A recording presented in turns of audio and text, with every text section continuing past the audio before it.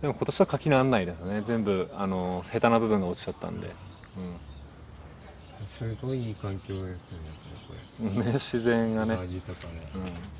本当はもっと木とかあったんですよ。ああ、そうなんですか。ここにああいう木がもっとバーってあって、あと畑もあったし、最初はだからね、家見た時はもう片付ける気もなかったですけど、ぐちゃぐちゃすぎてね、でもなんかだからボランティアさんにね綺麗にしてもらって、直せるかなって思ってきて、あれだけ綺麗にしてもらって、まあこれからもともとね、この地区の人たちはみんな先祖代々ね住んできた土地だし、みんなそれを大切にしたいということで、ただ8月末にその集団移転とかそういう話が、始まるので、だからそれまでは一応直さない人もいますよね、いやそれで分かんないっつって。でもね、自分の家だし早く直したいっていう気持ちの人はもう直してるし、もう住むっていう決めてる人もみんな直してますよね。うちはだからもう住むって決めてるので、直すぞということで。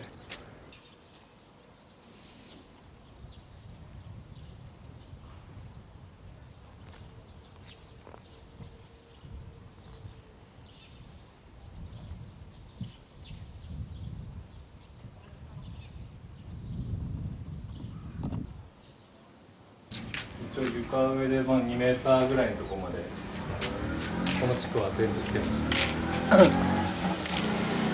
今なんか何割ぐらい今住んでるんですかね。この地区だと半分いかないぐらいですかね。南が結構住んで戻ってきましたね。うちの地区はあそこに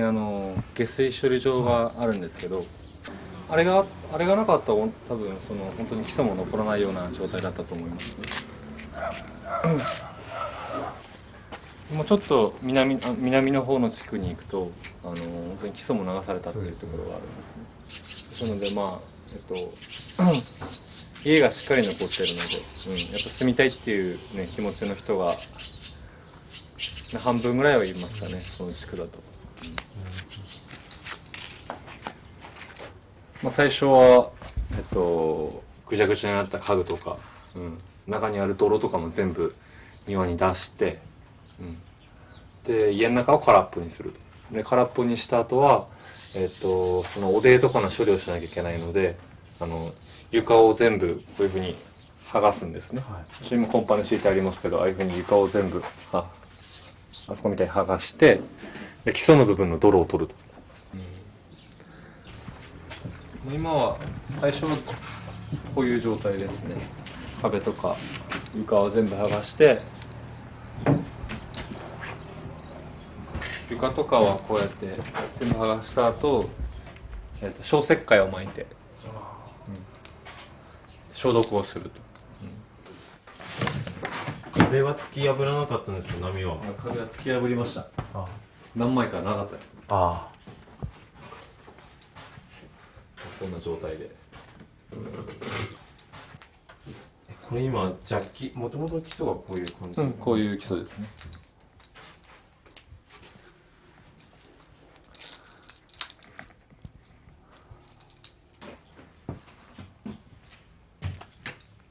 特に家とかだと、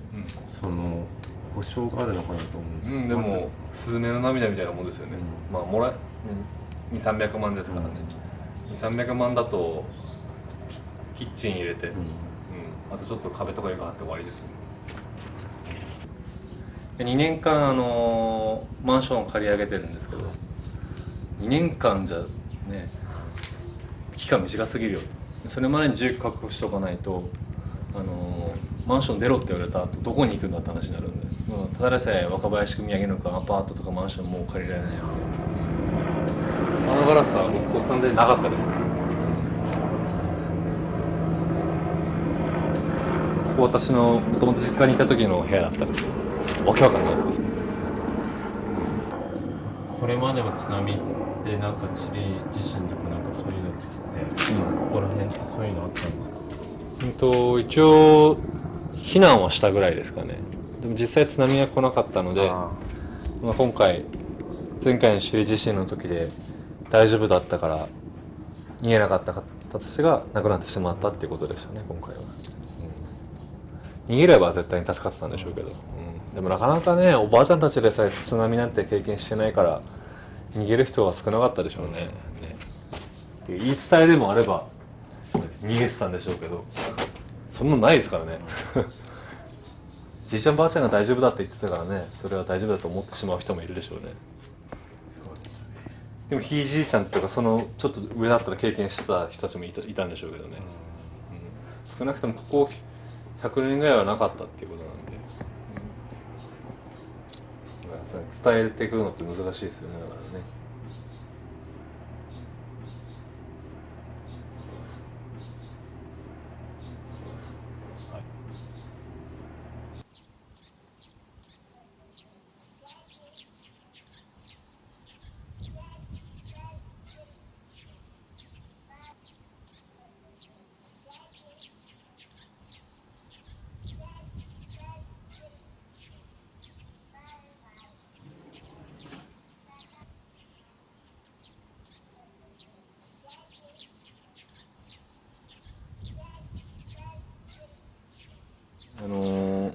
最初ここも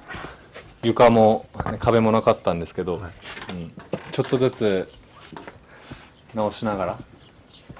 今までは、まだ全然汚いですけど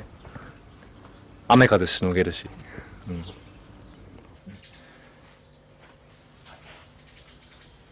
これもやっぱあそこのそうですね、あのラインと一緒ですね、2メーター床上2メーターまで来てるので、信じられないですよね。最初ももっとすごかったですね。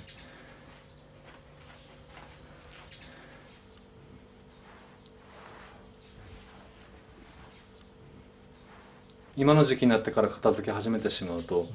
もう手つけられないぐらいカビが生えてしまってるんで、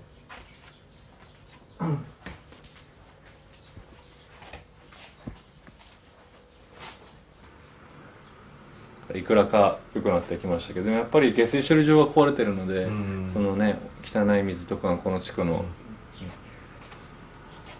側溝とかに溜まってしまってたりするので、川とかも通じてですねと思ってました。お、玄関がついてる。昨日一昨日かな、一昨日刺し屋さん入ってもらってという、なんか家庭がたどれますよね。あっちの家は全く手つかずで、こっちまで途中でしょ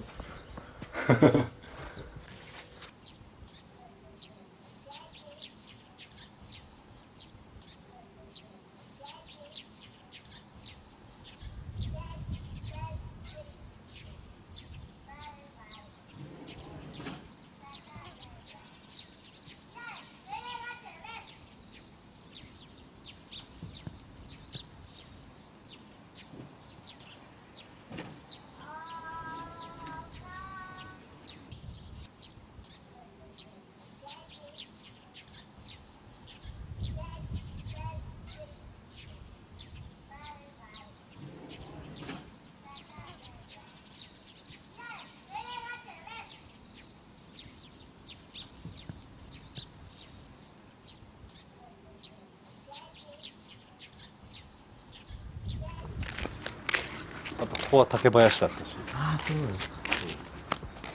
竹が全部やられたので、その仙台市の業者さんに引っこ抜いてもらったと。基礎すごいですね。もともとこういう基礎ですから、結構よく残ったなって感じです、この家に関しては。一番古いので、この真ん中の部分に関しては築60年なんですよ。サイドは増築なので40年ぐらいなんですけど、石基礎っていうかあれで残るんです。石基礎でサイドがね、ああやってちょっと新しめられてるからうん流出しなかっいやでもよく残ったなと。た。すごいですね。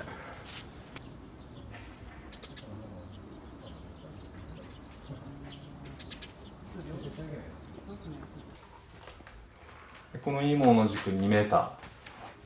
ここですね。で後で写真をお渡ししますけど、もうものすごい状況でしたね、本当に。窓ガラス今ありますけど、もちろんなくて、でもほんと洗濯機にあったみたいな感じですなんかね。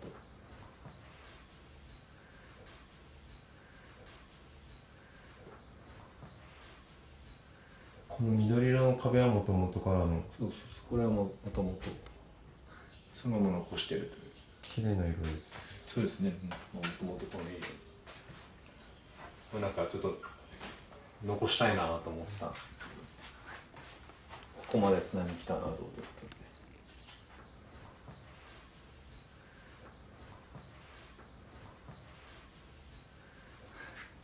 でここもあっちの最初見ていただいた家と同じ状況から、千葉のそのログビルダーの方たちの手を借りてここまで綺麗にはなりました、うん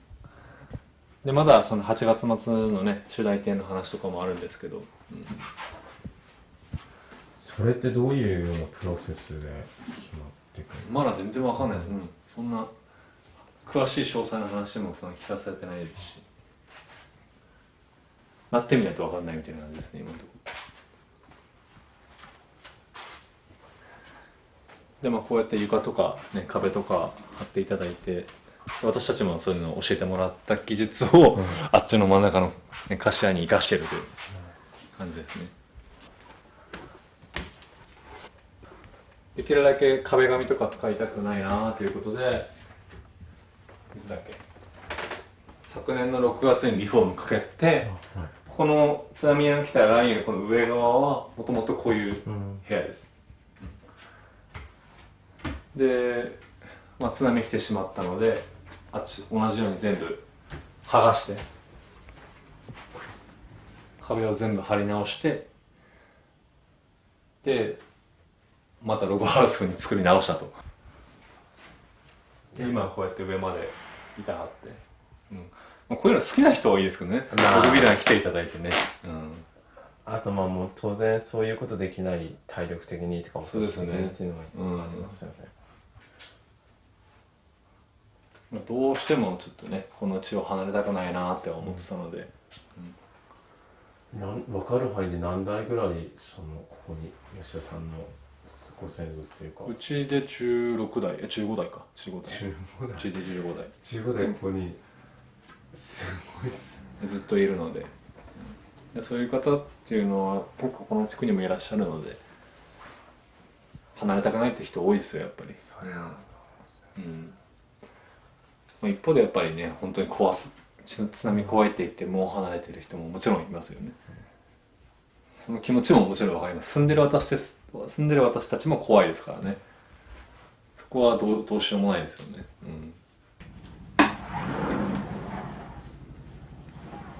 涼しいな。